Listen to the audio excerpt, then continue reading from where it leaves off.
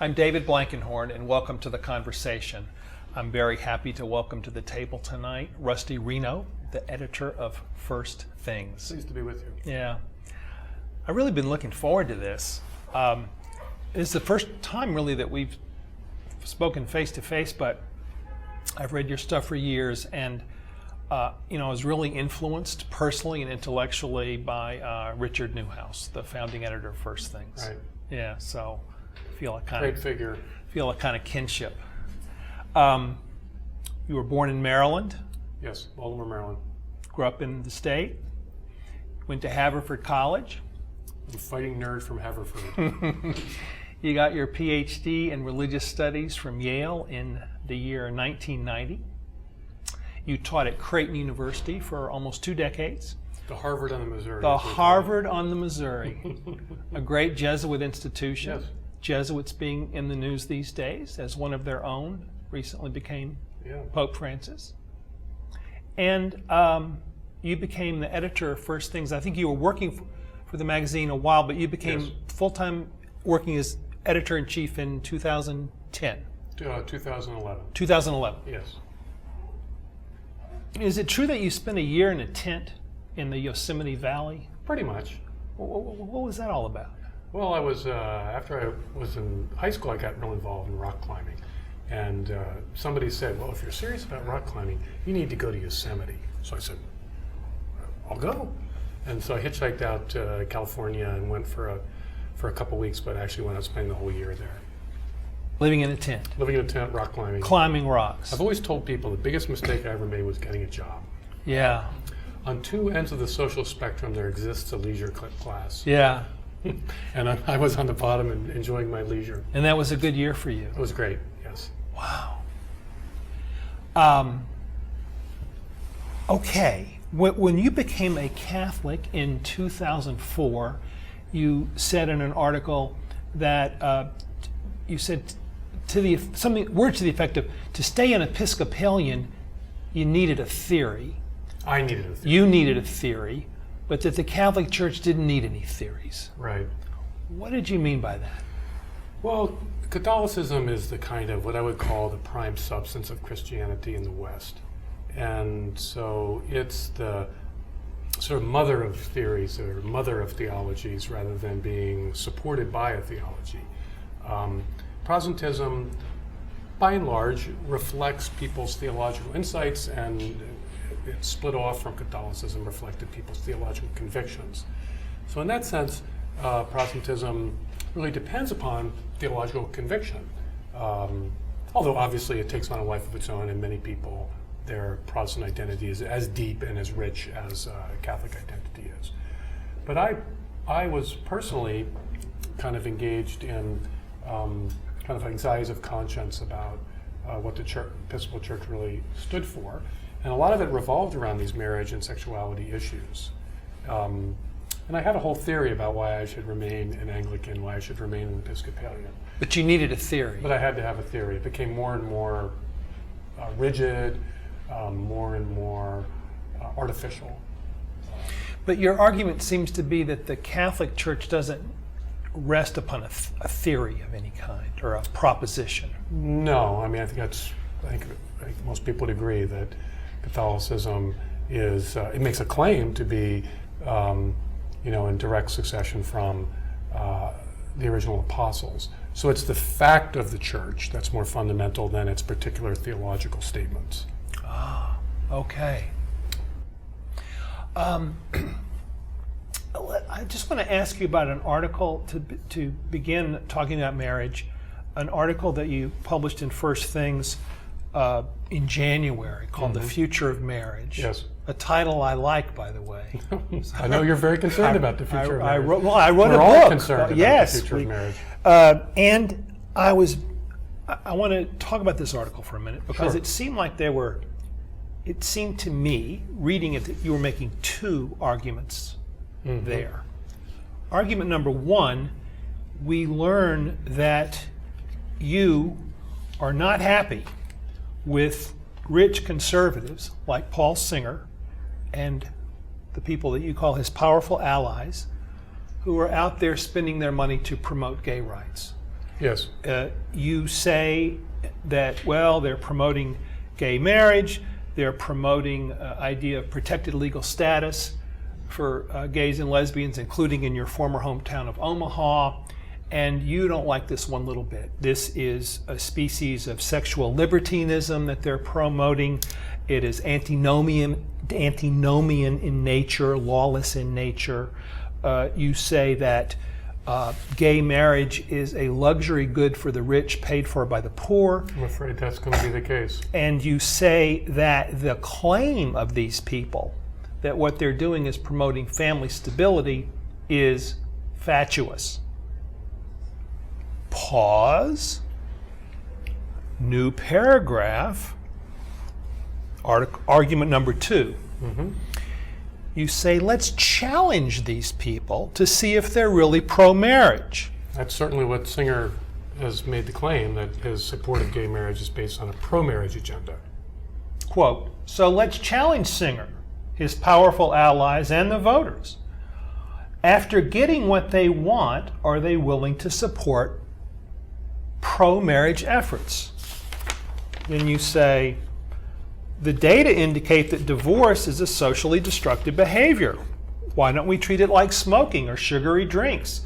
And you say this is something that Michael Bloomberg should probably care about. And you say, quote, we can't win if we only play defense. It's important to go on offense.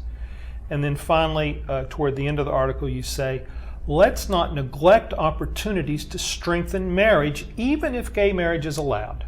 If people like Paul Singer are true to their claims that they only want to extend marriage equality rather than undermine marriage, perhaps we can persuade them to join us in the cause of strengthening marriage. Sounds like David Blankenhorn, doesn't it?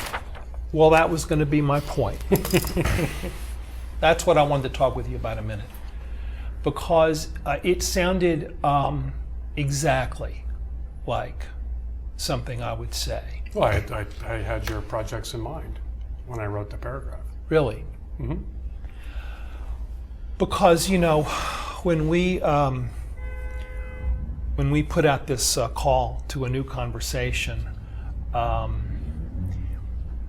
we've been reaching out to people like Paul Singer, including specifically Paul Singer, and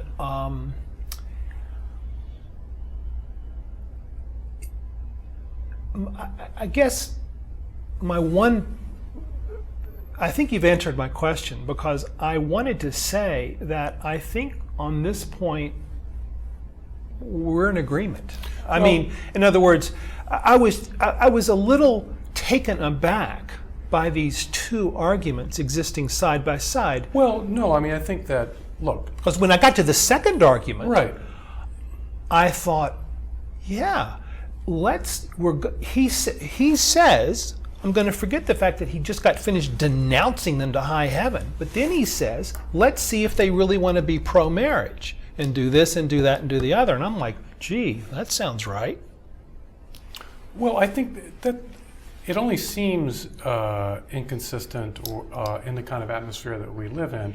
There are many points of disagreement in the public realm where people realize, no, we disagree on some fundamental levels about what serves the common good and what does not serve the common good. But one can nonetheless agree that marriage is a good thing, but disagree about the nature of marriage. It's possible to do that.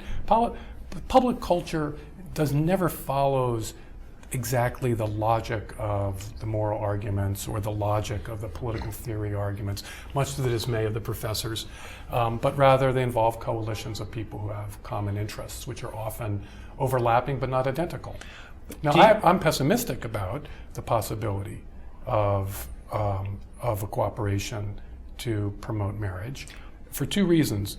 One, we're talking now about, I want to get to the various kinds of people, but in this particular article you mentioned people like Singer, these, let's say, pro-gay rights conservatives.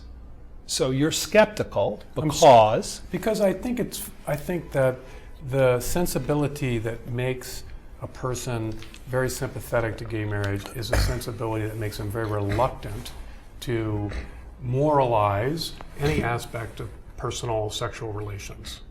So they find it very difficult to say yes to gay marriage and, for instance, no to divorce. They find it very hard to do. Because one involves being non-judgmental, affirming people's personal sexual choices, and the other involves being judgmental, which is, no, that's a bad choice.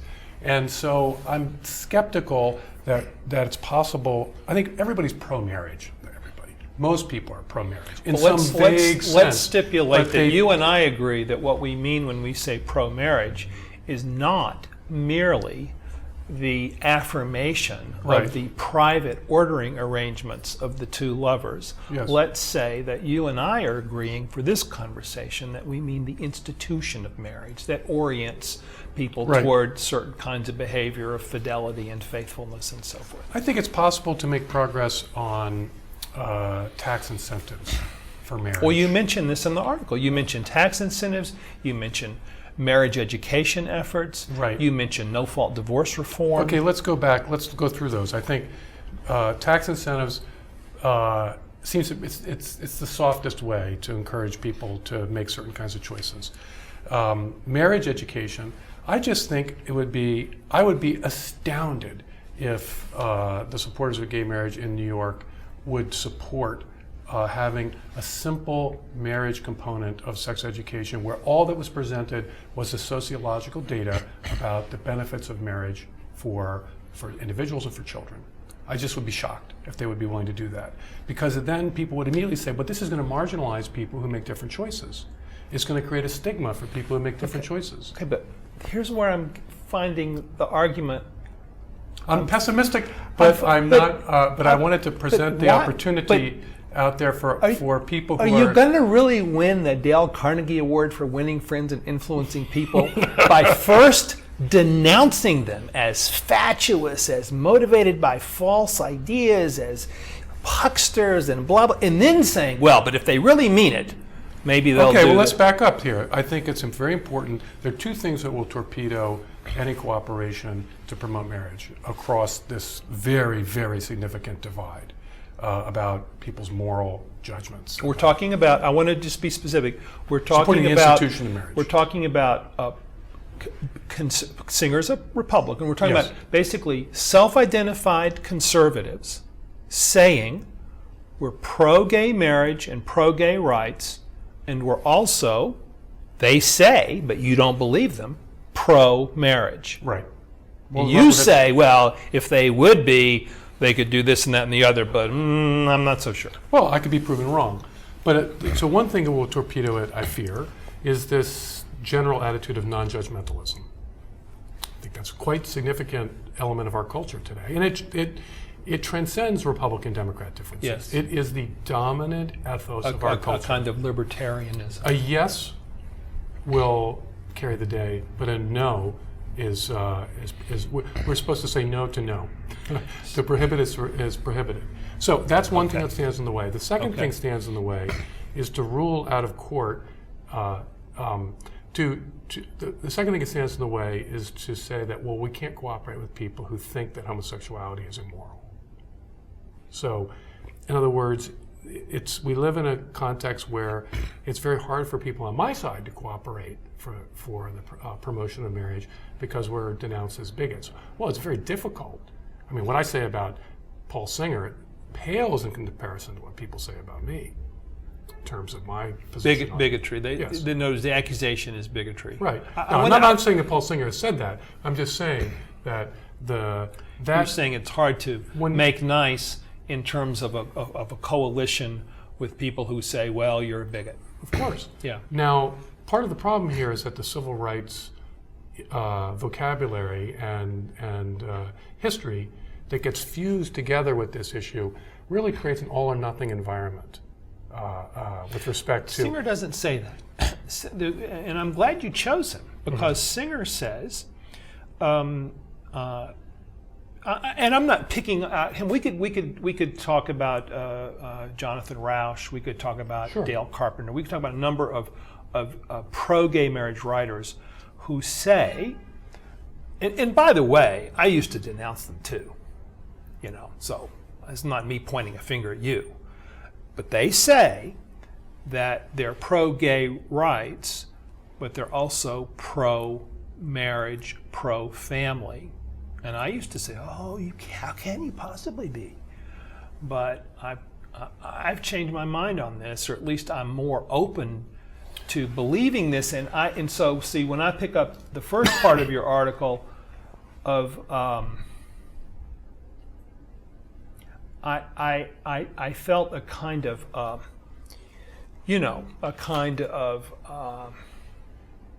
it's just no way to make an overture to somebody to say, well, you're no good and you're full of wrong ideas. But if you really believed it, what if he really does? See, Singer says, I've never met the man, but he says that he believes that what he would call marriage equality is one strategy for saving and preserving the institution. Right, and I know you don't agree with that, but look, you seem to also be doubting his sincerity when he says that.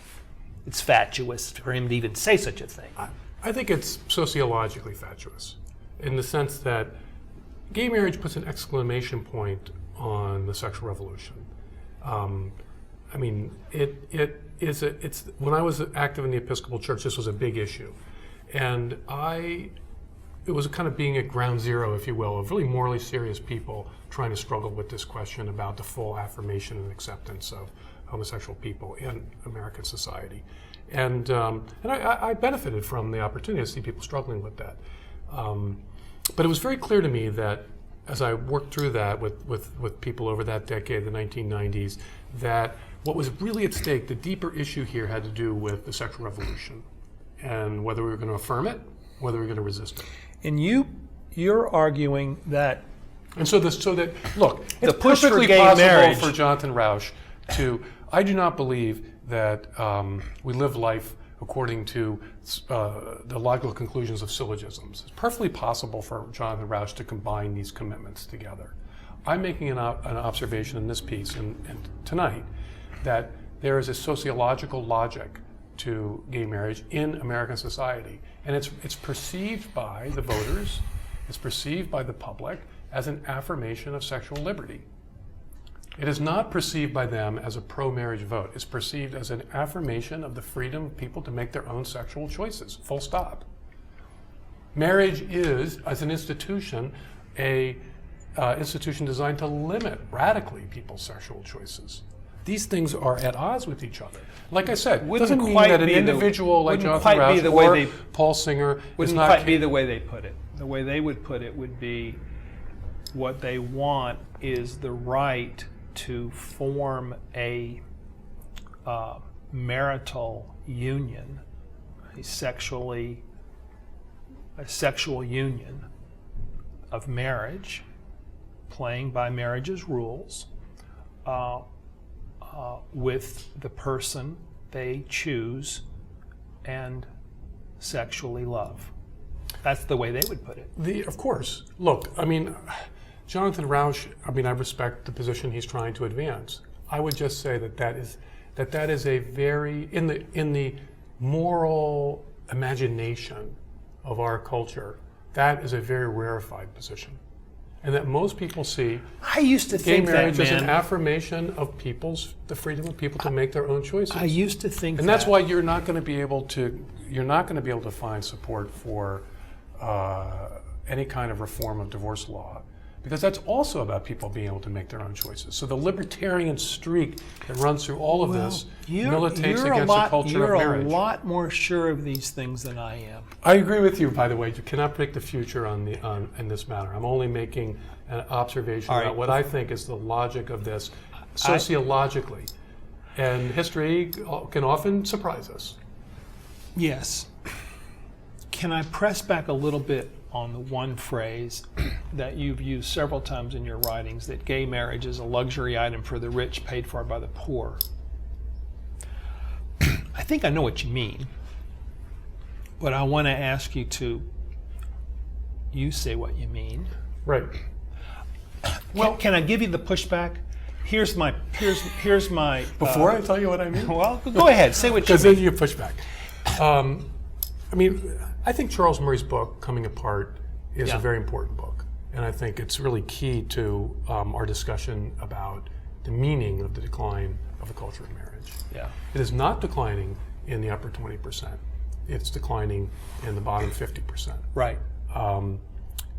Like I said, I think that the idea, gay marriage is part of a larger upper middle class package of expanding freedom for individual choices, but then eventually reaffirming the bourgeois mode of life, which involves a fairly significant degree of self-discipline, and that includes sexual self-discipline.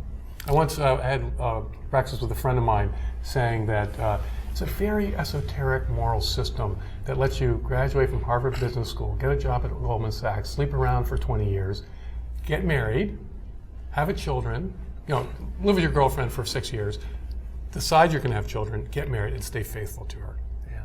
That's really hard for a guy in Youngstown, Ohio to process. How does that work?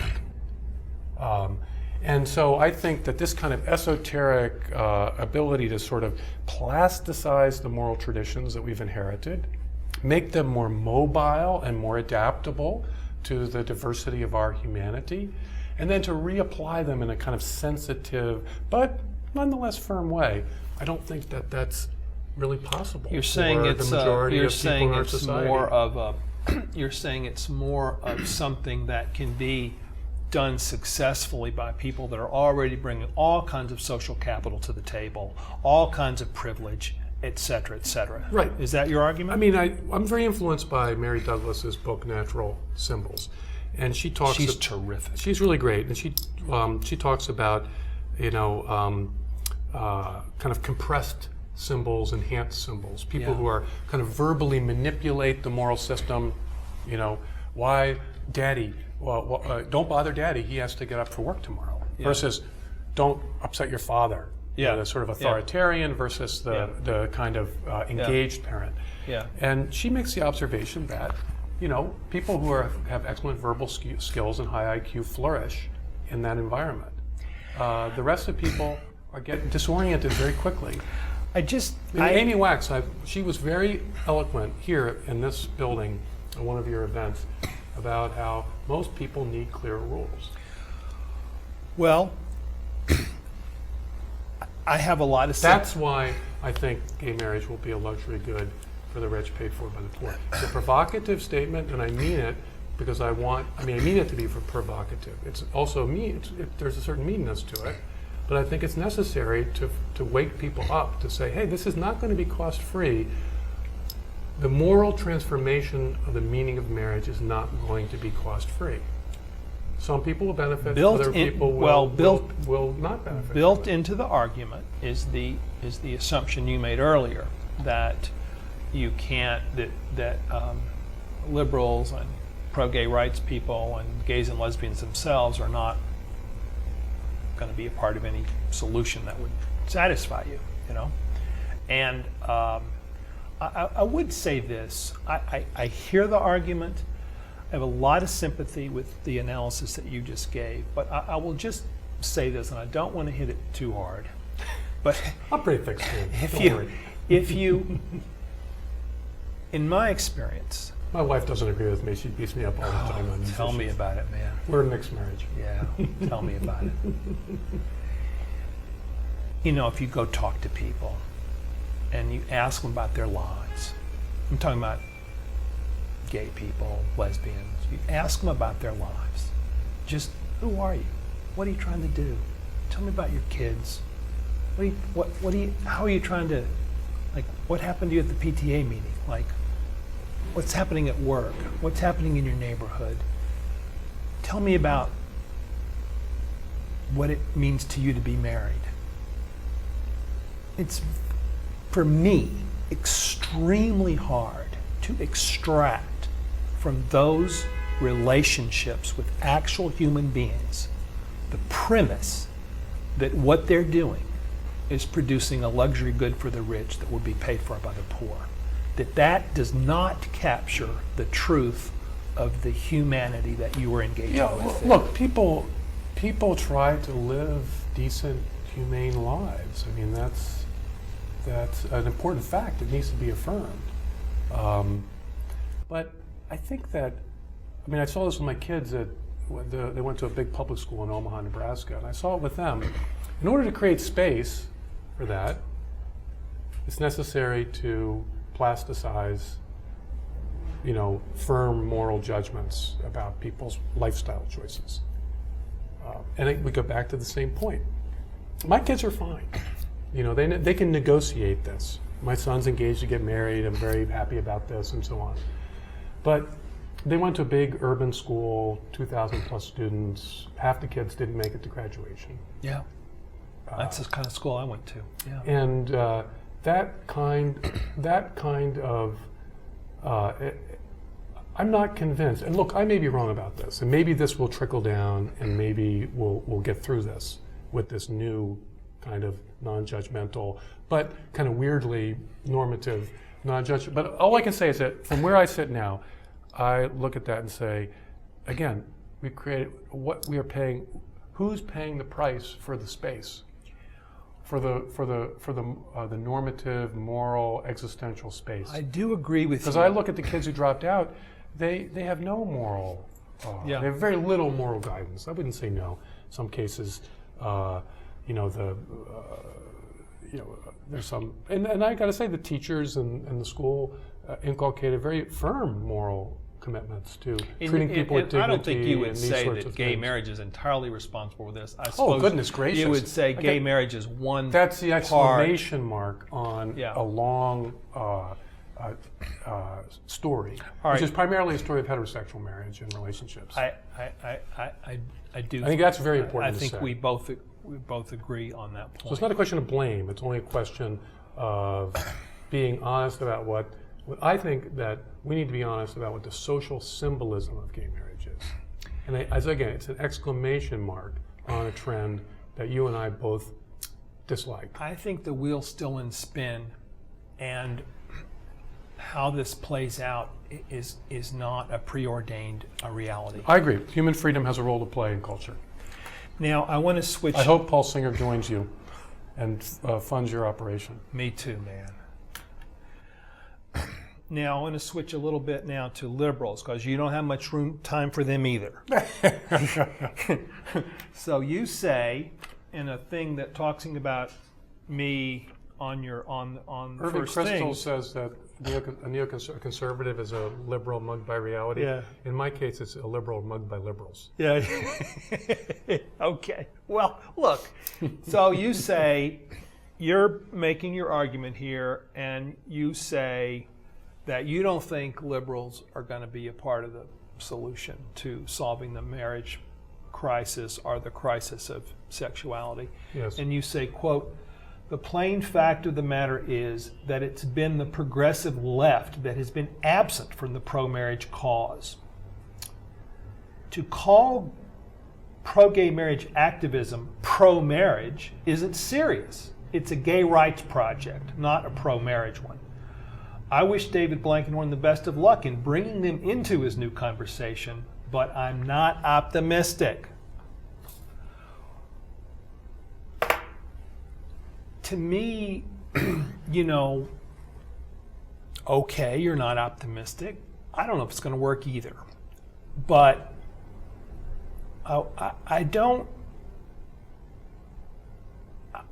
I think that your level of dismissiveness to me is too high. And I just want to give you two pieces of evidence, and not that this is, proves anything.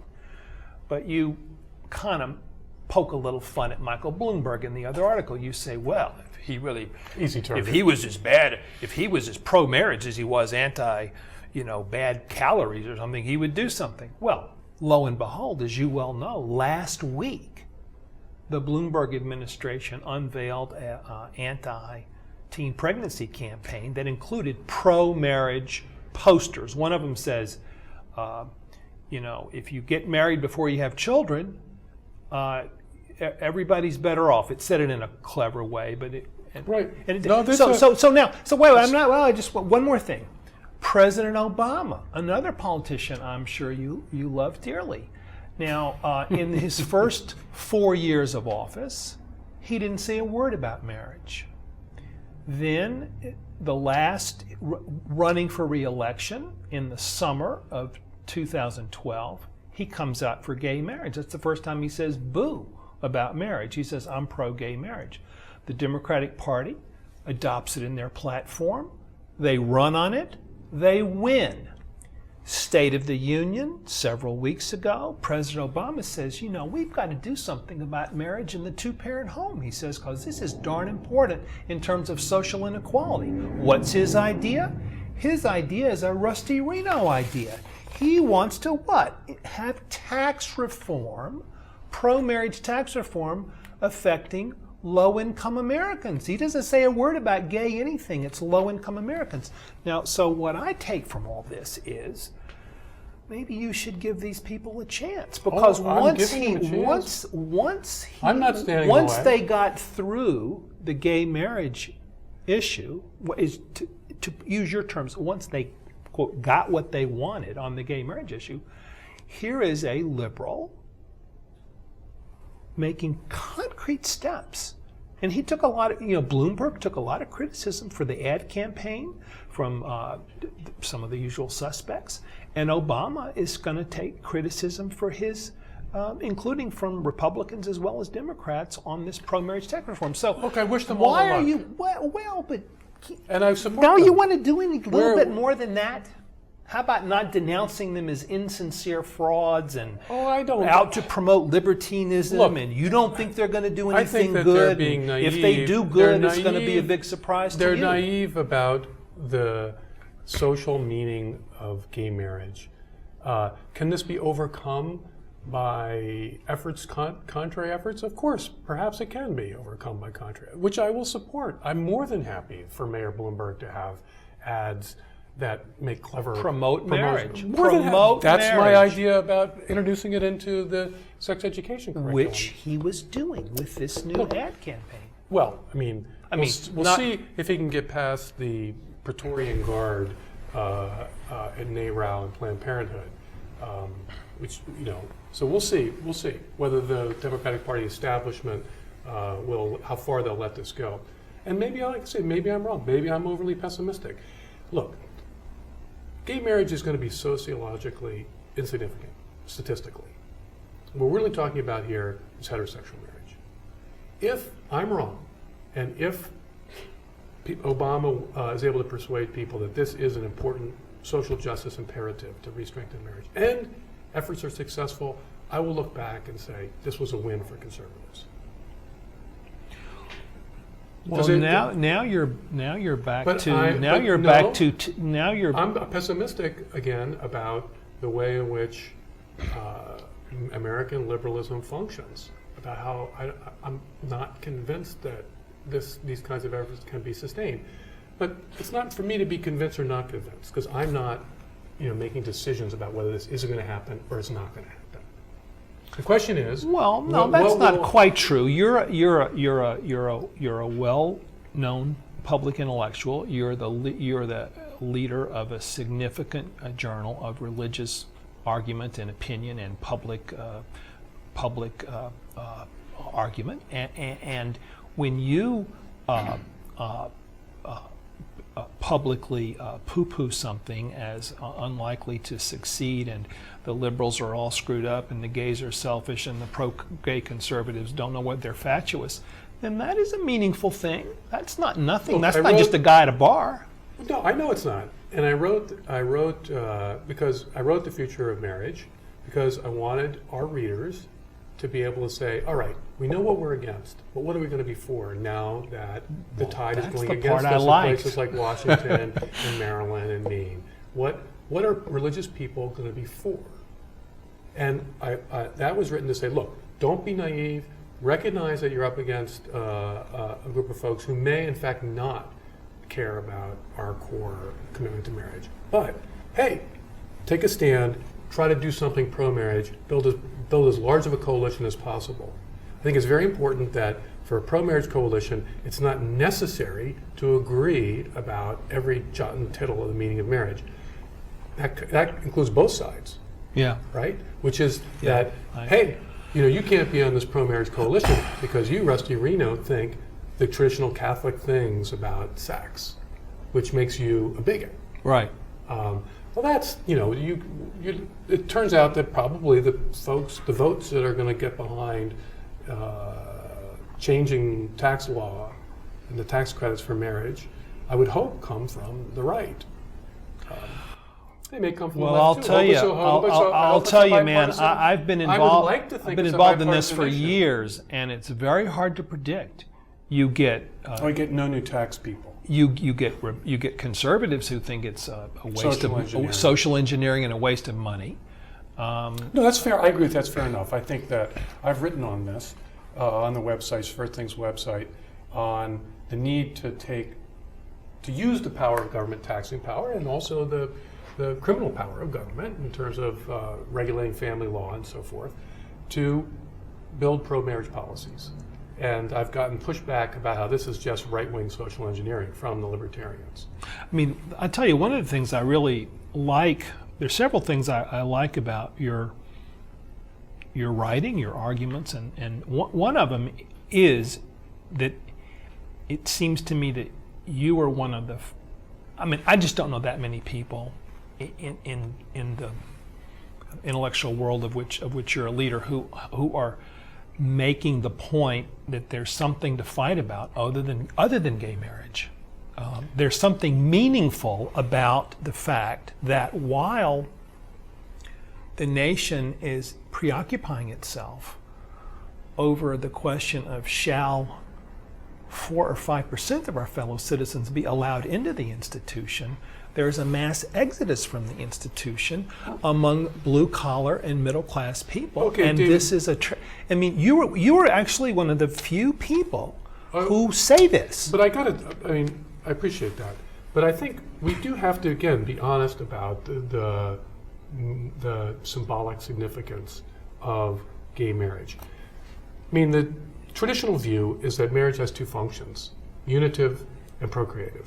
Unitive, joining together, not just two people, but a male and a female. Unitive, in the book of Genesis, Eve is created from Adam's rib, and finally, flesh from my flesh, bone of my bone. And it's for this reason that a man leaves his mother and his father and joins himself to his wife. So the male-female difference, unity in marriage, has a very deep, powerful significance in human culture. This fundamental difference is overcome and agree brought with together you. in marriage. So unitive and then procreative. And gay marriage is, the heterosexual world has, through divorce and through Other things. the contraception, basically premarital sex, no problem. In many ways, the heterosexual world has already, if you will, degraded these two elements of marriage profoundly. Gay marriage denies both of them. Doesn't just degrade them, but denies them. That's why it has such powerful symbolic significance. I agree with you.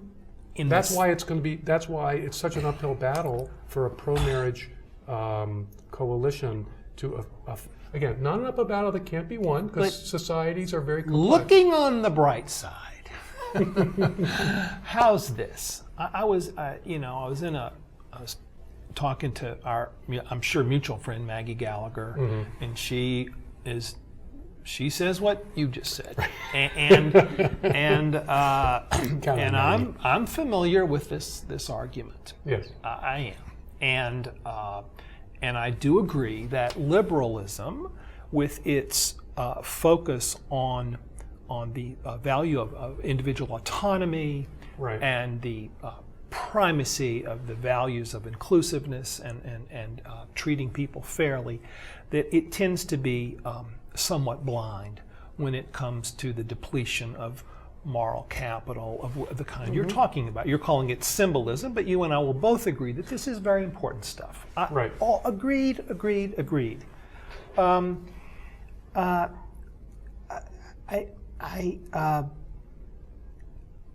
I just, sorry, I lost it. Maggie, just channel Maggie. I guess I have to go to the next question.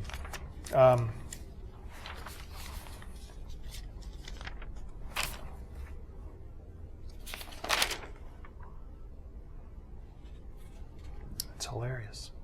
Well, you were the social symbolism of marriage. Yeah, Why do you think?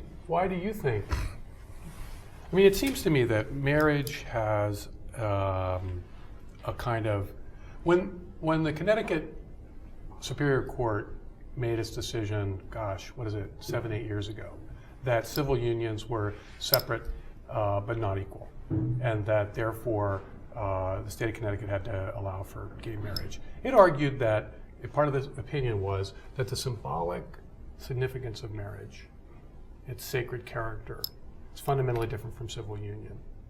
And I remember reading that thinking, how can they think that they can take something embedded in the male-female difference, embedded in the procreative project of humanity, take it, move it, and preserve its symbolic, sacred significance? all right. Thank you for giving me time to recharge. Just pop back into my Because head. that is the issue, isn't it? Look, I accept much of what you just said, and I certainly respect the analysis. But when I was arguing with Maggie about this, she thundered, she said, well, what's going to be the message about marriage? If it's just everything goes and do whatever you want to do and make yourself happy and follow your desire, what can we tell people under this new regime that you, David, are now supporting? What's going to be the message we tell people? And I said, well, Maggie, how about this? Don't have children until you're married. How about that? Well, see, I don't think... Don't have children until you're married. Now, think I'm about... not convinced that that's the way to go. I mean, it's a good message, don't get me wrong, but I think this. I think that's... 95% of Americans are heterosexuals. What's wrong with a good social conservative like you just saying, if you can't have a comprehensive understanding of everything related to sexuality and get the world to conform to it, how about just saying, our rule is, as Mayor Bloomberg just said, Right. don't have children until you get married for keeps. It's a good message, but... It's a damn good message. It's an excellent message, but... And it's perfectly consistent with gay marriage. I think that I would take a different angle. As I said, I think that we have to respect, I think, the historical meaning of marriage: unitive, procreative, and then also permanent.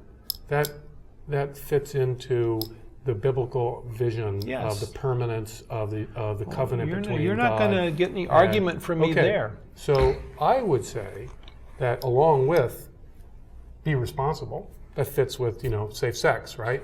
Our culture is all about being responsible. Get married for keeps before you have children. Right. Okay, but permanence is an important. That's an important. It's consistent. It's consistent. See, it's when you say symbolic, things like gay marriage, puts an exclamation point on the sexual revolution. Don't have children. Don't get married. Marry for keeps before you have children. The before you have children is really an argument from prudence. Yes. Which is fine. I'm in favor of it. But permanence is really, if you will, a metaphysical argument. Because who cares about permanence? Once the kids are grown up, why can't people get divorced?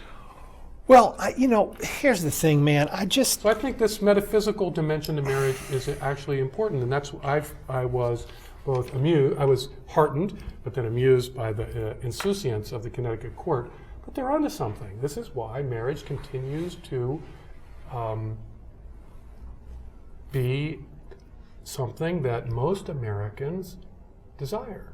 So we're facing a disastrously dysfunctional culture of marriage, but we're not dealing with a society that doesn't want marriage. It's You're now making my argument. See, my plea to my argument to you, someone who I have a great deal of respect for what you say, and find myself agreeing more often than not.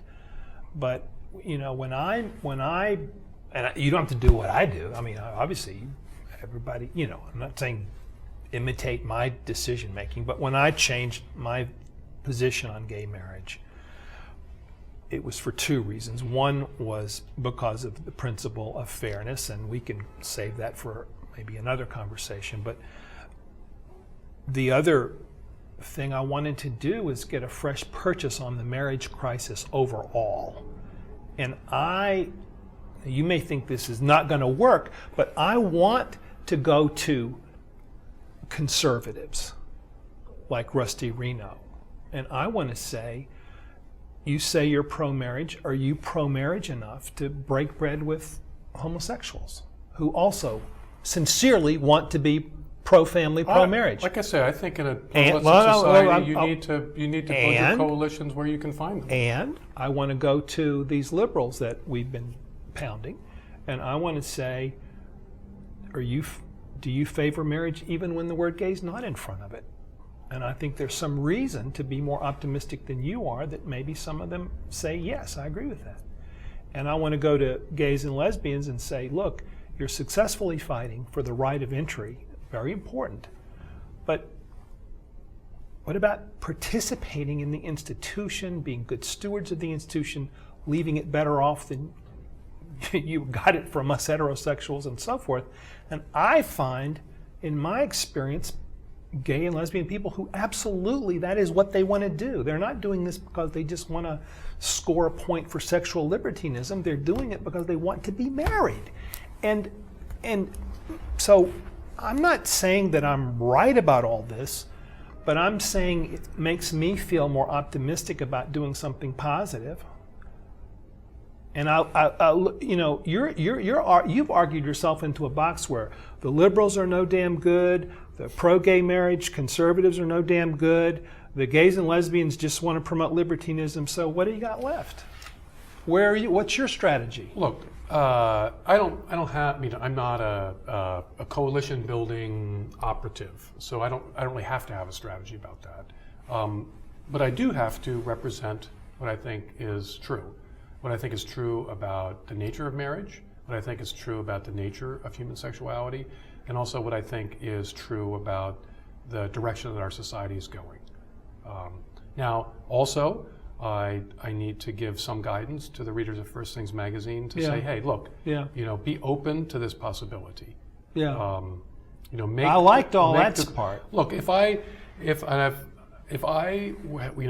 the czar of the state of New York or the czar of the United States, and I could just imperiously decide, and someone said you can either have the status quo right now or gay marriage and an end of no-fault divorce, I would say I'll take the gay marriage with the end of no-fault divorce, because ultimately the end of no-fault divorce will have much more significant social consequences.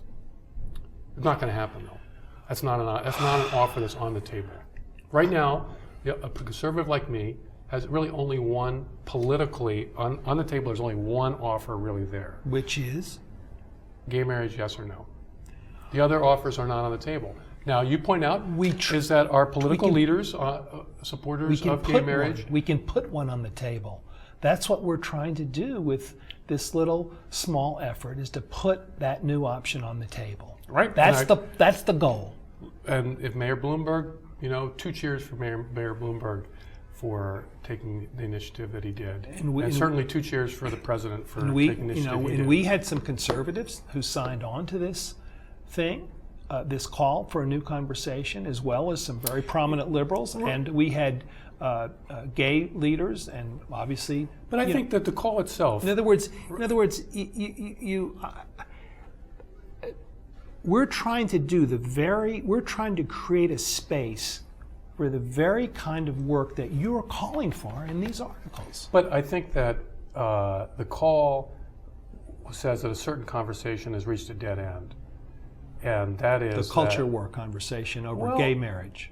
I mean, that means that if I stand up and I say, look, this is what marriage really is, it has to have these features, the unitive, procreative, the permanent, that I am contributing to the dead end.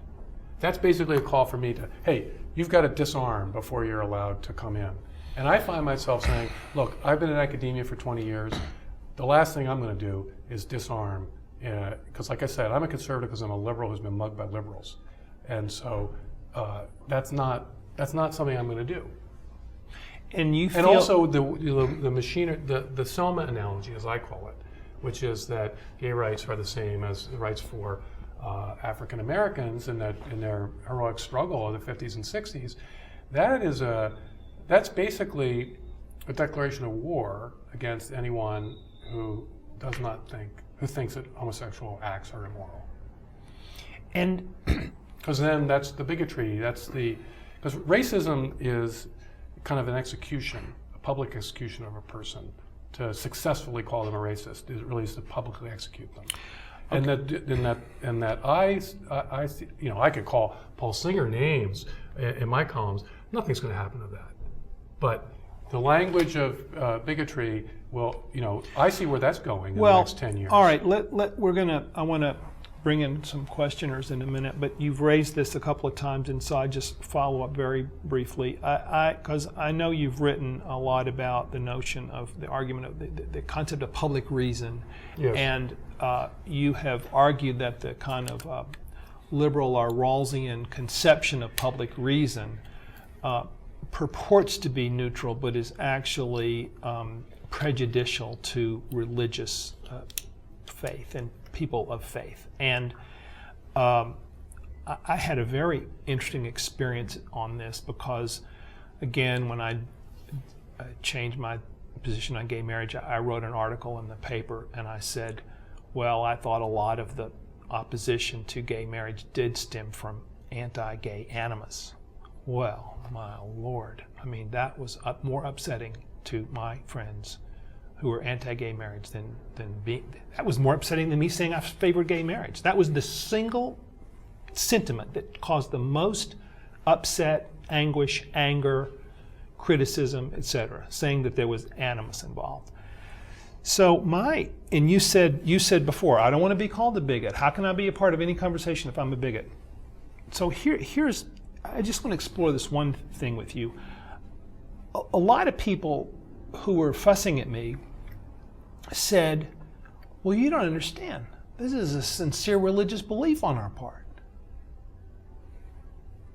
I said, okay, tell me what else. Well, that was it. That was what they had to say. This was a sincere religious belief. They were taught this from always. This was part of their faith tradition.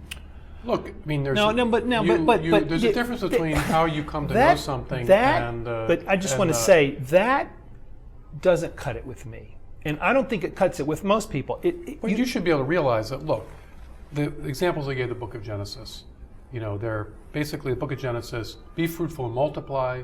That's the procreative end. Leaving the mother and the father to cleave to his wife.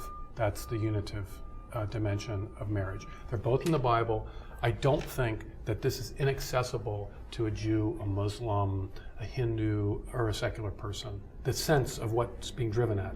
The idea that marriage, and that's, for that matter, human sexuality in general. I'm not talking about marriage. I'm talking about the belief that... or the human sexuality in general. I'm talking about the disapproval of homosexual conduct. Yes. The moral disapproval of homosexual conduct, up to and including making it illegal, or in some ways illegal. That's what I'm talking about. Right.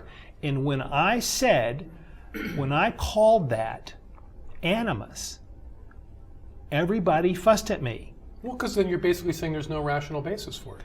And I'm saying, give me the rational basis. And then I'm saying, don't think you've answered the question by telling me that it's a sincere religious belief. Well, now we're back to public reason. I'm not saying public that. reason says.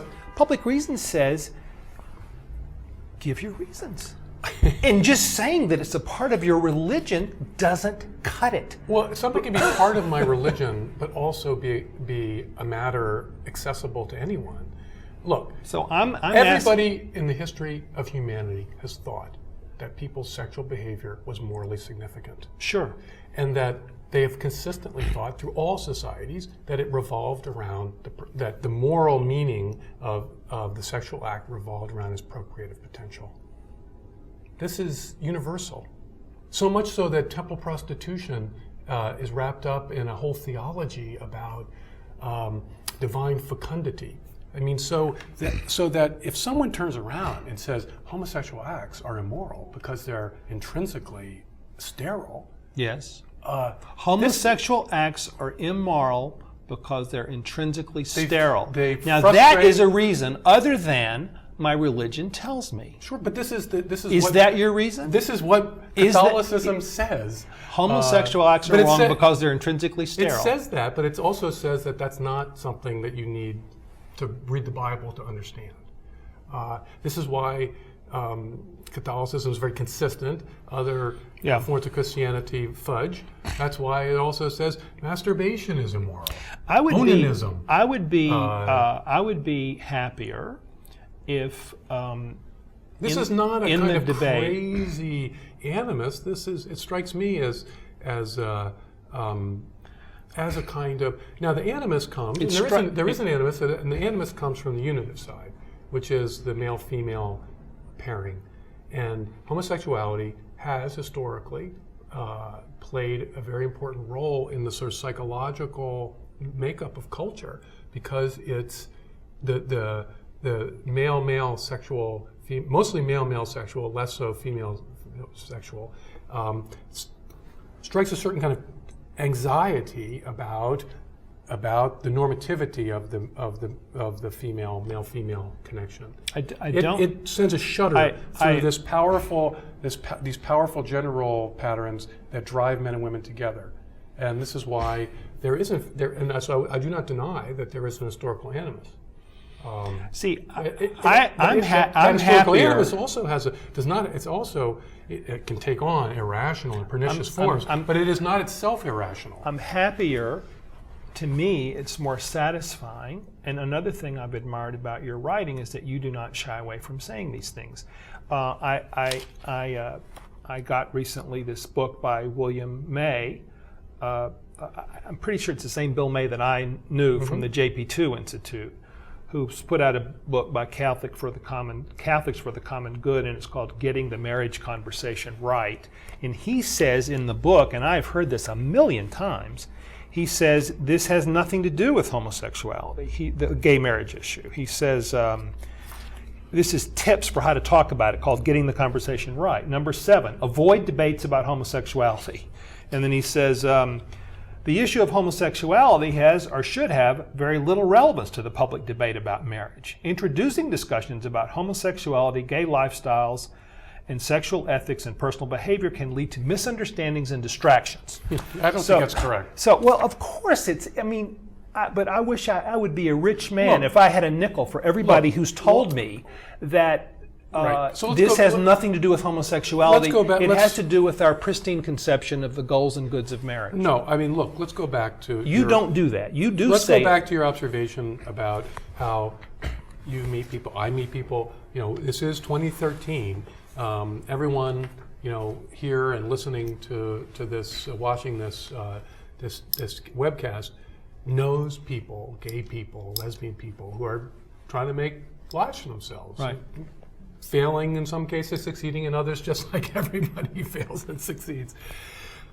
There's no question, but the underlying moral judgment about the licitness of homosexual acts influences where you think the burden of proof is on how we change our public mores and public law. we agree on that. If you think that homosexual acts are morally the same as heterosexual acts, it becomes very difficult to say, well, why should one group pay the price for See, I changed my mind on this question about the benign nature of homosexual conduct, because I did try to think about, I just tried to think it through, and in thinking and conversation and getting to know other people, I came to the conclusion that it is benign. Now, your thesis that it's immoral because it's sterile is not persuasive to me, but I do grant you that it is a reason. It is something other than simply the saying reason my why- religion teaches it.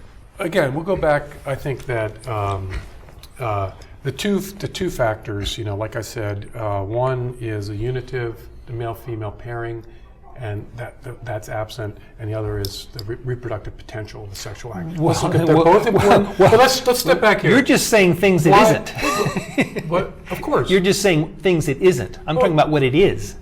well, of course, but what it isn't is It is isn't. relevant. It isn't heterosexual. Pardon? It isn't heterosexual. Correct. And so one of the big problems a social conservative like me faces in this environment, and one reason why May kind of counsels stay away from that, is let's look at what's happened. Okay, pornography revolution, pervasive. Where's the unitive in that? You know, you read the article in Atlantic Monthly of this woman who divorces her husband. He's addicted to pornography. You know, so all right, there's that. Then, of course, artificial contraception. There's no procreative. So right now we have a heterosexual sexual culture that is neither unitive nor procreative. And people look around and say, well, wait a minute, Reno, you're holding gay people up to a standard. You want to pull the gate up just when it's time for the gays and lesbians to get in. And I think that there's some truth to that, right? There's a lot of truth to that. And so people's intuitions that it is unfair are not foolish intuitions. I think they're based on a degrading of our sexual culture.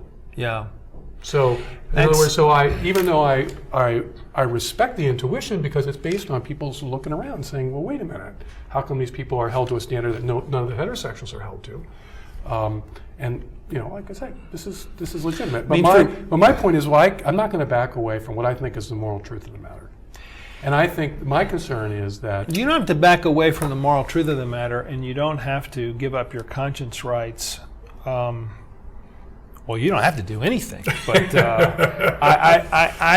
I'll just, speaking for myself, I want to give this strategy a try that tries to build a broadly based pro-marriage coalition that brings together gay rights liberals, social conservatives, you know, gay, straight, Republican, Democrat, David, and to do the very things that you say in that article. I wish you every luck on this.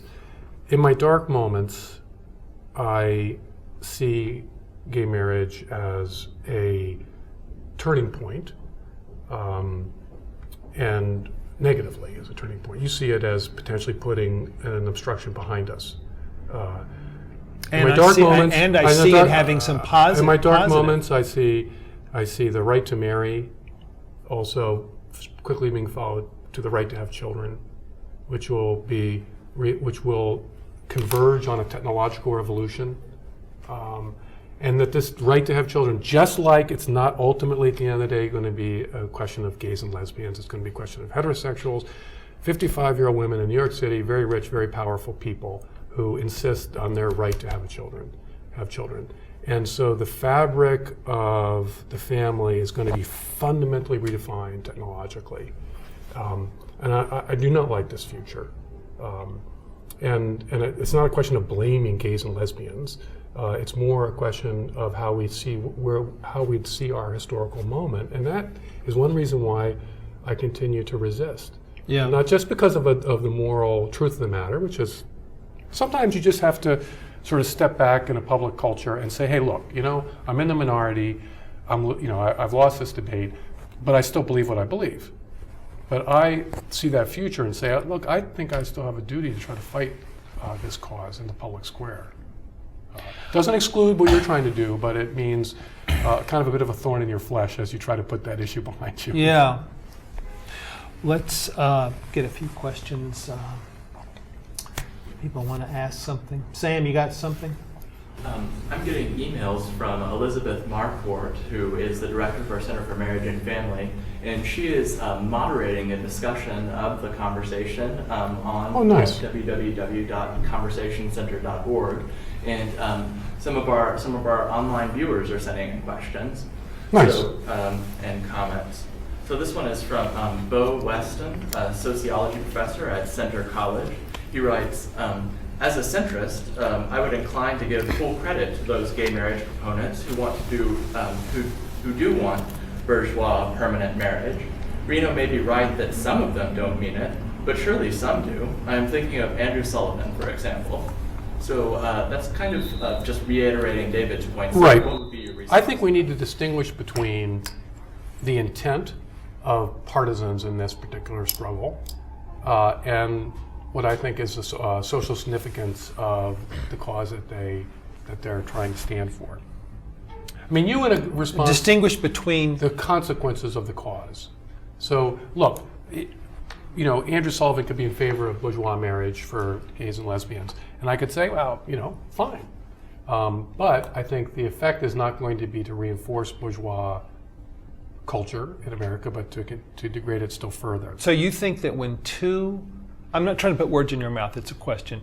Are you suggesting that when when a gay or lesbian couple gets married in Paducah, Kentucky, yes, and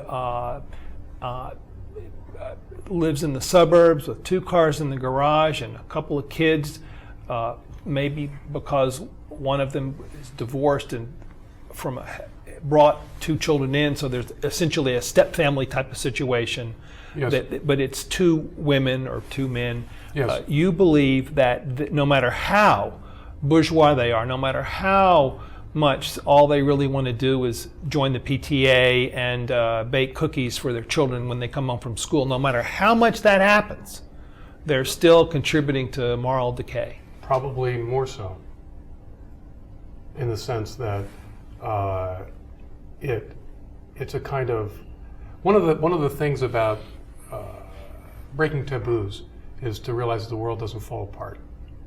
You do something, you break a taboo, and it's like, well, God didn't strike me down, so maybe it's not really a taboo. And so as these taboos are more and more publicly in a more so respectable, people can be so respectable, I think this will redefine marriage and what it means. And I think that this will contribute to a public culture that will have an increasingly difficult time sorting out male-female relations, because it doesn't seem as though they really matter. Because heterosexuals in the neighborhood are going to see this and get the wrong ideas about these matters? No. It just has to do with disenchanting the very strong taboo structures that push people into certain patterns of life. Mm-hmm. And as that becomes, because 2 guys. You're using important words, but they're very abstract. Words like disenchant and the symbolism of it. Mm-hmm. I mean, I understand, and I think those are real words. Right. But I'm just thinking about these 2 people in Paducah, and they're disenchanting and causing symbols to change. I mean, I follow it. I think it's unimaginable that we could have a gay president married to, and his husband living in the White House without that fundamentally affecting the public the symbolism of marriage and what it means. Yeah. Let's keep going. Yes, ma'am.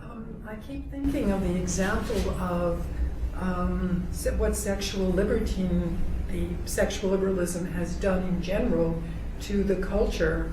The idea of the luxury bought at the expense of the poor. Marriage in the upper 20% is going pretty well. Most women find husbands, marry, have kids, stay married, men also. But in the lower economic brackets, there's this breakdown. So we have that as an example of exactly what Rusty was saying, that the one is bought at the expense of the poor. At the same time, if you ask anybody in the lower economic brackets, would you like to be married? Usually the answer is yes. They would like all of these things. It's just that these things don't exactly happen when the whole culture has changed around them and all the symbols and strictures have loosened, which push them on the path to these things. So since that example is so strong before us, I don't know how you could be so sanguine about the next step that's being taken.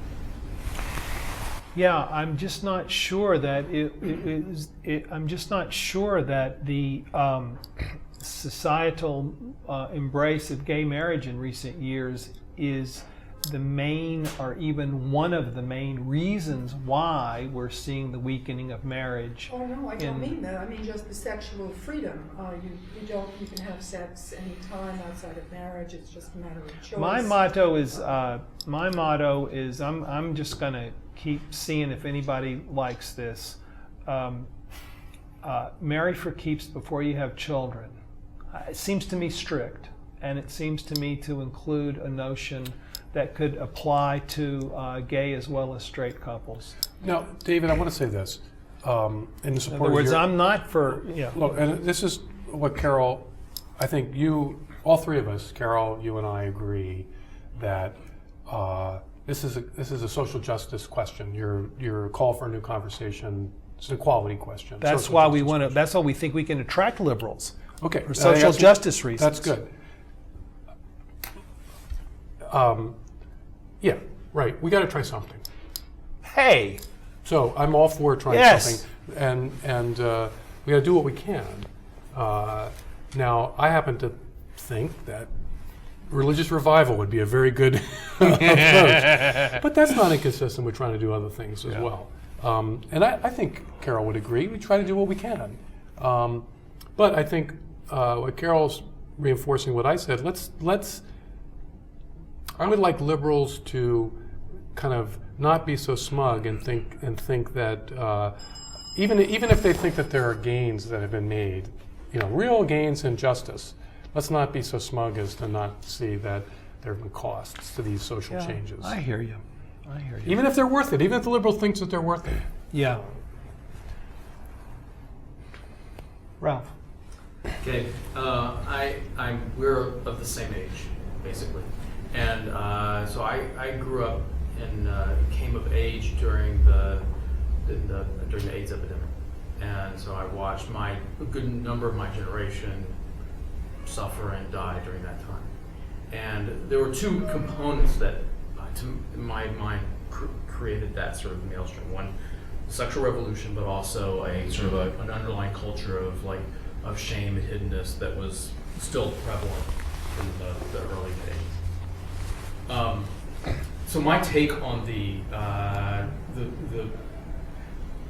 goods of the rich at the expense of the poor is a slightly different slice of the demographic, which is that I think that those of us who have the luxury of an upper middle class bourgeois life, of being gay and coupled, living in a suburb, what we have to give is not so much to the poor young heterosexual man in Youngstown, but the poor young gay man in Youngstown. And so a lot of my peers think of that as our responsibility. And that rather than doing it at their expense, we're actually trying to do it to help them, to be a support, to give an idea of a kind of responsible life that those of us in our 50s didn't see when we were growing up. And so I understand the idea that you could that it might confuse a certain, I don't believe this, but a young cohort of heterosexuals. But it seems like what we've come to in this modern world is that this pipeline, of lesbian and gay people who are coming up now, we suddenly have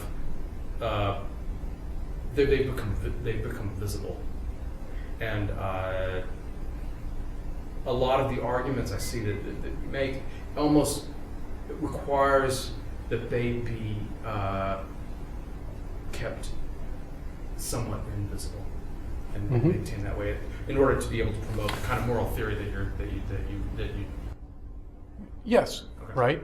So, look, if we are undergoing social changes that, they're certainly not going to be stopped. No one, while there is opposition to gay marriage in many parts of the United States, very strong opposition, I don't know of any back into the closet movements. Any back into the closet movements. That's just, it's just not on the table as an option. And so I think social conservatives like me have to try to figure out how to influence public life in a direction that we think is healthy for the common good. And that certainly involves re-enchanting, if you will, the pathways of pushing people towards these healthy ways of living their sexual lives and mating. Now, it seems to me that, right, I have a hard time seeing how mainstreaming gay marriage is going to contribute to that. But maybe I'm wrong. And maybe it's really up to the imagination, social imagination of people like you to try to figure out how this is actually going to re-enchant, reinvigorate some strong pushes on young people to get them moving in the right direction. Somebody will write a novel, somebody will make a movie, whatever, maybe, that will find a way of dramatizing for people something that's like, well, wait a minute, yeah, no, that's right, that's right, or that's wrong, that's wrong. See, my friend, It's just that right now, I can only say this, that in the LGBT world space, it's very hard to say anything's wrong. It's very hard to say anything other than coercion and is wrong. And that for your community, that's going to be very, very hard to overcome. And for good reasons. I mean, as you said from your own experience, there's good reasons to not want to have the prohibition words in your discourse.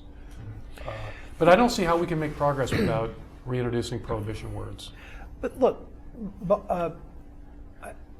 if you want to follow up, Ralph, it's fine. But I just want to throw into this back and forth. My colleague Barbara Whitehead is a historian by training, and she points out that there have been times in the past in American history where you had groups of people that you might call sort of sexual outsiders, people who have not been a part of mainstream sexual life in America for whatever reasons. And when they have entered into the marriage institution, there has been a kind of mainstreamization, sort of embourgeoisement quality to it. So I've heard lots of people say that, once gays are going to mess up, gays are going to affect marriage. Gays are going to have a lot of impact on the institution. But I don't see many people considering the possibility that the institution will have an impact on the gays and lesbians that enter it. That's also a possibility. Sure, causation can go both ways here. Yes. But again, I just think we live in a cultural moment that finds it very difficult to discipline sexual desire. Very difficult to discipline sexual desire. But man, look. And so this is what marriage is, a discipline of sexual desire. That's what it is. For larger purposes, not just for futile purposes. But you seem to have more or less given up on the possibility of a broadly based reinstitutionalization. I mean, you seem to kind of be I'm not hunkering giving up. I'm just saying we got to be honest about what we're facing, and we have to be honest. I think people in the gay community need to be honest about how powerful the symbol of homosexuality is as a symbol of sexual freedom for a teenager or what have you, because it's like gay marriage is a symbol of sexual freedom. Homosexuality, period, and gay marriage it's a dangerous thing, but don't worry, it's not really dangerous. That's my point about how the normalization of it, which the gay kid I'm in favor of at one level. The gay kid who Ralph is saying he wants to, I don't know. Well, this could be. He's going to look at. He's going to look at. A gay kid is going to look at a gay couple. No, I'm not. And say that's all about liberationism. I'm not dividing the world up into gay, straight. I'm just pointing out that, and maybe the time has passed. I'm your age. Maybe for my kids, this is not a taboo-breaking reality. I happen to think that the male-female difference runs very deeply, and I think that it will always have a taboo-breaking quality to it. Mm-hmm. And I think a lot of gay theorists think that's precisely why it's so socially important. We need to have taboo-breaking power. Yeah, I quoted all of them in my book, and now I hope they're wrong. Right. Somebody else. But I'm going to go back to this. I do think it's we don't know. I mean, there have been various points in history in the West where the family's been challenged by economic and social changes, the Industrial Revolution and urbanization being the most recent. We, as a society, have found ways to reaffirm and re-norm marriage life. marital life, family life.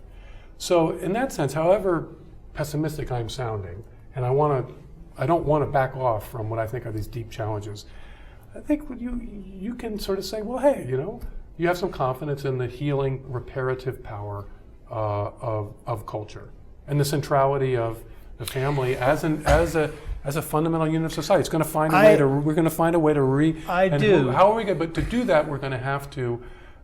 We're going to have to re-energize taboo. We have to re-energize prohibition. We're going to have to re-energize the no. And the difference that I think that is, and that's going to be hard to do. I'm just saying it's going to be really hard to do. That is what I hope can happen. And I think one difference that maybe is a different emphasis between us is that, like, I know you were kind of joking when you said, "Oh, let's have a religious revival," but there was not completely joking. Okay, and I've heard people, and I have many times said, kind of as though it were obvious. I've said to conservative friends, I've said, "Oh yes," and to church people, I said, "Well, yes, if there's going to be a revival of marriage, the leadership will have to be based in the churches." I agree. I don't agree, and here's why. I used to say that, and now I don't think it's true. And the reason is that I grew up in the South.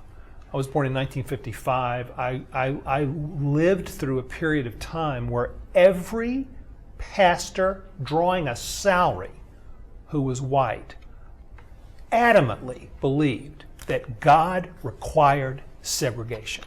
Preached it from the pulpit every Sunday until he was red in the face. Had 1,000 Bible quotations and fell down to lead prayers on the issue of the biblically based nature of racial segregation. And so I believe that the institutional church is much more likely to follow culture than to lead it. And the only exception I saw in my experience was wonderful individuals who came out of the church and who basically, because of their religious faith, were wonderful leaders, and some of them changed my life. So I'm not poo-pooing this, but I'll just say that I think that if there's going to be a revival of marriage in the United States, it's much more likely to occur on a broader basis. Will the churches be a part of it? Yes. But institutionally, the churches will be more like following the crowd at chow time.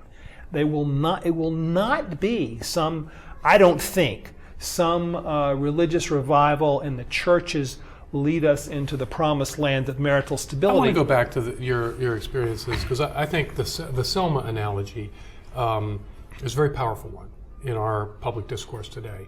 Now, that preacher in Mississippi in 1965 could find a preacher to agree with him in South Africa, but that's it. It was enough to keep things going in the South. I'm just saying that traditional Catholic, Christian, Jewish, Muslim teaching on sexual morality is global in scope, and you have to go to unique places to find people who think otherwise. I just grew up in one. They was all over I'm the just South. saying that. I'm just saying that the church followed the culture, not the other way around. The church followed. In Mississippi followed the culture, but the church. It was the most important issue of my. Right, we're all formed by our experiences. I was formed by this experience, and I did not see leadership. I saw followership. And the changes happened. There were as many red diaper babies from New York going down to Mississippi fighting for changes. We all suffer from a kind of presentism and the myopia of our milieu. And we have to be careful about that, obviously. And I certainly worry about that.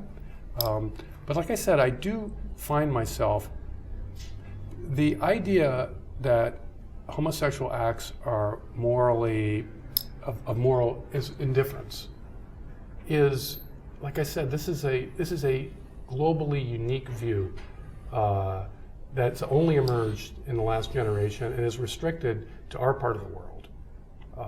Now, that doesn't mean it's not right. And I'm just saying that in bringing up that point, I wasn't trying to relitigate the point about homosexual conduct. I was trying to argue that that on a strategic level, I was just trying to suggest that if you want, and I realize you said you're not in the political strategy business, but if you were, I mean, you do comment on it, and your writers comment on it in the magazine. If you were interested in it, I think it would be the debate, the grounding of a pro-marriage coalition needs to be viewed as, to have any chance of success, needs to be viewed as a broadly based and having at least as many secular accents as religious. Could be for our society at this time, that might be the case. But I do think that the culture of marriage has been debilitated by the failure of the churches to sustain the truth, the teachings of our own teachings about marriage. Yes. And so the kind of chicanery of annulment and things like that in the Catholic Church has seriously undermined the meaning of the sacrament for Catholics. In my Protestant tradition, you had still a lot of the going along with where the couple makes up their own vows as opposed to repeating instead of a process of continuity with the institution. Again, at the symbolic level, it suggests that the couple invents their own private marriage that they create and name themselves. And as someone who, my wife and I made up our own vows when we got married, so I can't be too harsh about this. But in other words, I'm just pointing out that I agree with you that the churches have not. Been exemplary. No, and are not likely to be. Have to think it's got to be a broader based thing. That's why I keep pressing you. Don't write off the liberals. Don't write off pro-gay rights conservatives. I think in the Catholic Church that there's a sobriety over the last decade about this issue, and there's a renewed seriousness, an attempt to make some progress in renewing the culture of marriage in the church. Now, smaller and more faithful? Pardon? Are you arguing that the church is becoming smaller and more faithful? Well, I think that's the trend. I think that the cultural currents are going against us. It would be nice if you were successful on marriage and that current would slow down some. The currents of culture are against us, but the internal dynamics of the church have become much healthier. Whether that means fewer, I'm not so sure. I think that the committed core of Christians in America for the last 100 years probably has been around 25% of the population. Committed core, of course, everybody was a nominal Christian when you grew up, and everybody's a Christian when you grew up in Mississippi. But there was a guy was visiting a guy in but the Virginia. Committed core is a different number than the people who affiliate or who want to be known as. Now it's much more permissible not to be a nothing. And people are. But the committed core has not declined as the number of people who say they have no religious affiliation has increased. It's stayed relatively steady. It's the middle. We see this in politics. We're also seeing it in religion. The middle is giving way to more committed extremes. Yeah. So I think that this for Christianity in the United States. Good news and bad news. It's good news that we have a greater internal consistency. Bad news that we're going to be up against an increasingly inhospitable host culture. And you're going to be smaller in number. Smaller, like I said, the committed core I think will probably remain the same at around 25%. But there'll be fewer people who are fellow travelers, as I would call them. And that'll make things politically difficult for us because we'll be more vulnerable to the majority culture. We'll no longer be, running the show, so to speak. Right. But that's okay. I think Pope Benedict spoke of the role of Christians as a creative minority in Europe. We're much bigger in the United States, and I think we'll remain much more powerful and larger as a cohort in the United States. But I do think we need to get our mind around the idea that we need to understand how we can be a leaven in our larger culture, rather than assuming that we can kind of dictate Yes. our marriage laws have to reflect, what Yes. the Christian tradition teaches. Well, that may not happen. Yes. And then that's my point in this article you cited. All right, folks, if that's not going our way, we still need to serve the common good. Yes. And that means getting as much or getting the key elements that we can get in the public As I square. say, man, that's what attracted me to what you were writing, and that's what really resonated with me.